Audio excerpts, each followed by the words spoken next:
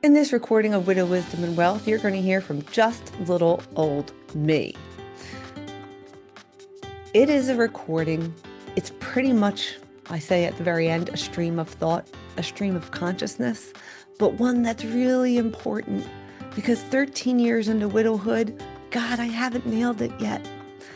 And it's about having some boundaries, boundaries with yourself, boundaries with those who love you and are trying to help, boundaries at work, boundaries with our kids, and healthy boundaries to allow you to keep loving people, serving them in your most genuine, amazing way instead of running your cup dry.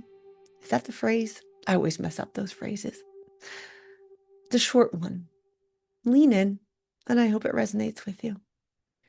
Hi, I'm Donna Jean Kendrick, and welcome to the Widow Wisdom and Wealth podcast. A little bit of a different podcast today. No guests, no interviews for fellow widows and widowers, and where they share their story about how they navigate life, balancing career, raising our kids. This is an interview that's just me. It's going to be just me talking to you authentically about navigating life alone as a widow or a widower and setting some boundaries for yourself. If anyone's followed my story, I've been a widow for, goodness, it's going to go on almost 13 years now.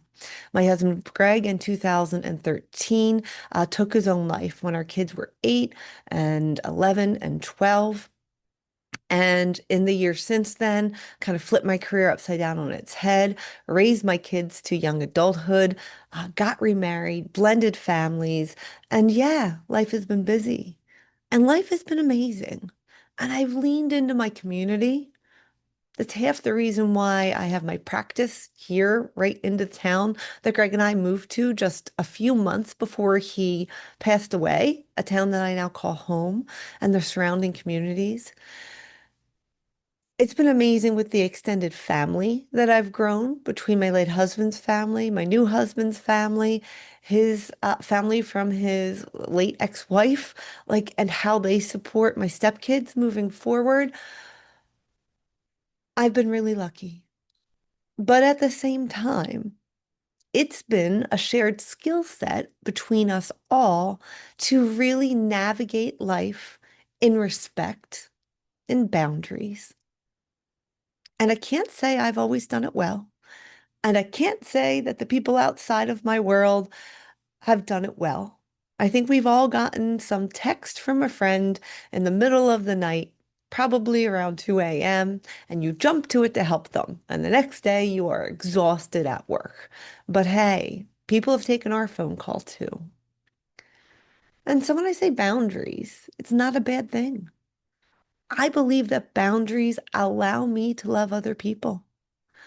I believe that boundaries help preserve a bit of my sleep, a bit of my mental space, a bit of my strength, so that I can serve my clients better, so I can be a better focused mom, and so that I can spend real intentional time with my loved ones when they need it. I always remember years ago, my sister, she's an ultimate planner, right? Like planner is in the name of my professional title, a certified financial planner. And I love a good plan. And she loves a good plan. She loves a good piece of communication. She loves efficiency. And I remember once she was helping me with, I was getting foot surgery. And I thought I had it covered. My kids were a little older, probably about 2 years after Greg had passed. My oldest was 14. They could help their mom when the first 24 to 48 hours after surgery, when I couldn't really get out of bed, when I wasn't supposed to put any weight on my foot. They could help me out, right? And so I had a plan, right? I was going to come home from surgery. I was going to get dropped off. And for the next 2 days, I was going to have off from work. My kids were going to help me out. I was not a financial planner back then. I worked in the school system, so it was over summer break. So I did have time. And then I was going to be back on my feet with the help of some crutches and a nice cast or a boot, and we'd be fine. Well, I came home from surgery, and my in-laws, my late husband's extended family, thought it was great to kind of quote unquote get the kids out of my hair. And so when I got home and I got dropped off after surgery, there were no kids in the house. We had two dogs at the time. And so my in-laws took the kids, thinking I'd come back from surgery, and I could have a quiet house and I could relax. But what they did was take my support away unknowingly. And so in the middle of the night, when the painkillers wore off and I don't know where I had put my prescription for Advil, my sister got a call, 2 a.m. call. I was, in my mind, the pain was excruciating. And could she come over and stay with me? And I remember when she came, she was like, "Oh, I wish we could have planned this. Proaction versus reaction would have been really helpful." And I always remember her saying that. Now, in my mind, I had done a great job. I had the plan in place, right? But in her mind, I should have shared the plan. I should have shared the plan with my in-laws. I should have shared the plan with her. So there would have been a double check for my in-laws doing something so sweet, taking the kids, give me peace, and then ultimately left me alone to take care of dogs that I couldn't get down the steps to let outside or go outside or walk them with. And I should have communicated that plan to everybody. But I, at that time, was also a little stubborn. Yeah, let's call it that. Where I was like, no, I've got this. I don't need to lean in anymore. I think a lot of it was I felt so vulnerable, right? Being by myself 2 years after loss, having major surgery, and I wanted to be a big girl and I wanted to take care of it on my own. And I felt like so many people had rallied around us in that first year of numbness and fog, and the second year of, okay, this is the new normal. How are we going to get it together? That I didn't want to ask for one more favor. And in the end, I was stranded on my second floor bedroom with missing painkillers, which were fine. It was just extended ibuprofen, like 600 milligrams. It wasn't anything heavy, but hey, that would have helped when the numbness wore off and I have these rods in my feet. Um, and I had dogs that needed to go outside, right? And I needed someone there. Should have planned, should have communicated, should have had a backup plan. And to give you that example, just as a working example of how we can set up boundaries, right? One of them would have been to my in-laws, hey, I know you guys have the kid's cell phone number. I want you to make sure that you text me and that they don't go anywhere without me knowing where they are. And if you can't get me, here's my sister's cell, right? Or even my kids. I know everyone loves you so much, but I get so nervous if you're not home when I come home. I need you to tell me where you are. Also, as soon as I came into that house and it was empty, I should have reached out. It was daylight. It was mid-afternoon. No, no, not me. I could handle it on my own, right? And I didn't reach out at that point in time. I waited till 2 a.m. and I made my sister reactive, not proactive. I've learned a lot since those days, right? I've learned a lot about communication with my kids. I've learned a lot about communication with my in-laws. I've learned a lot about protecting my own sleep. That's a big one for me.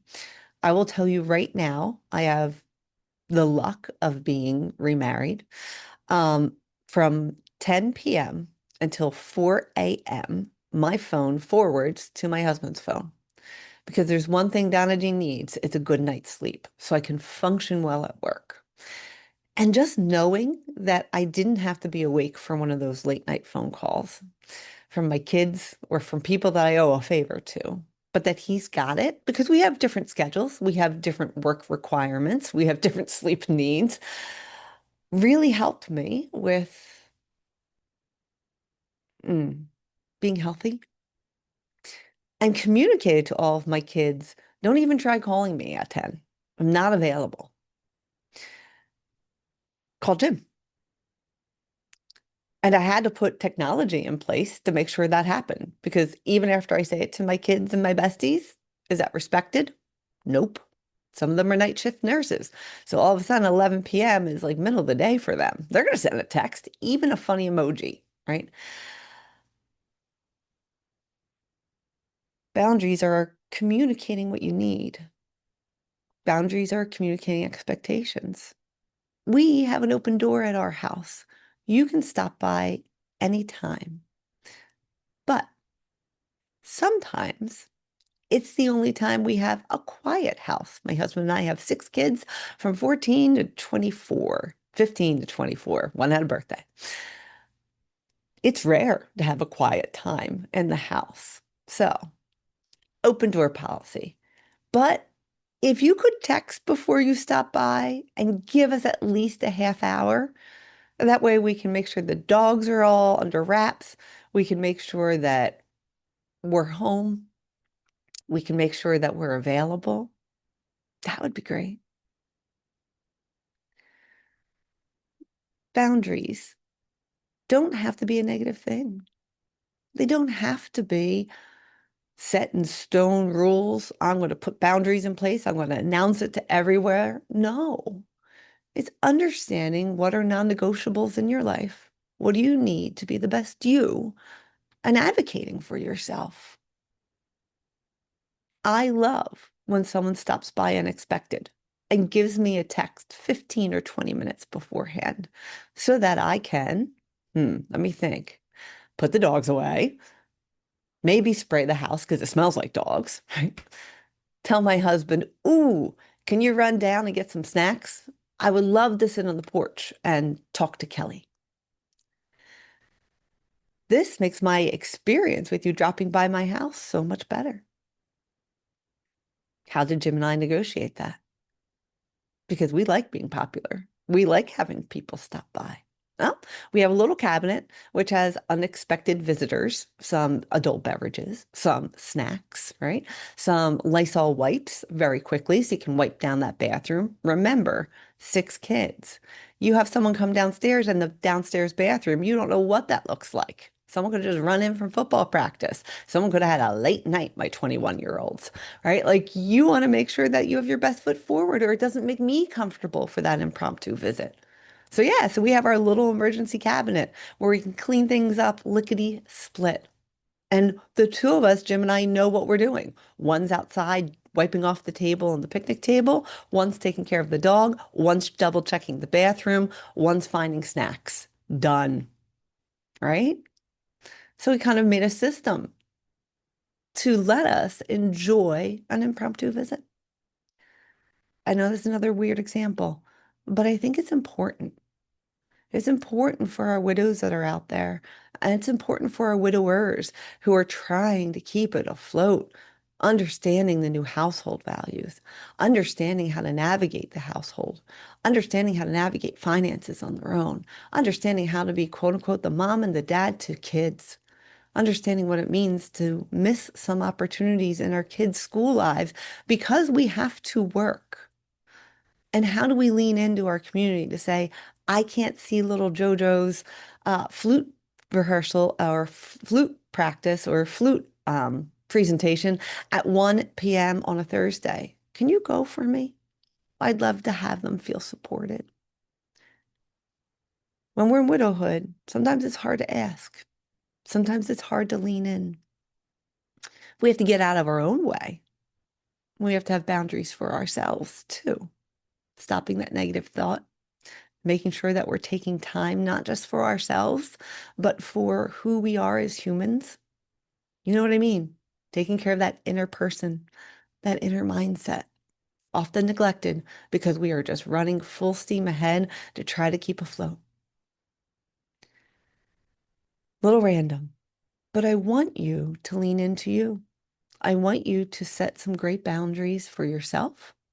No, I will not have a night event at work if I've already had one this week. And that's a personal boundary, but that will help you have dinner with your family later in the week. If you have a night event on a Tuesday, and you usually have them on a Monday because that's your late days at work, well, then you block off the next Monday night. Give yourself that time back. You deserve it. You don't have to be everything to everyone. You have to be genuine to you. Just a little stream of thought that I wanted to share. Thanks so much.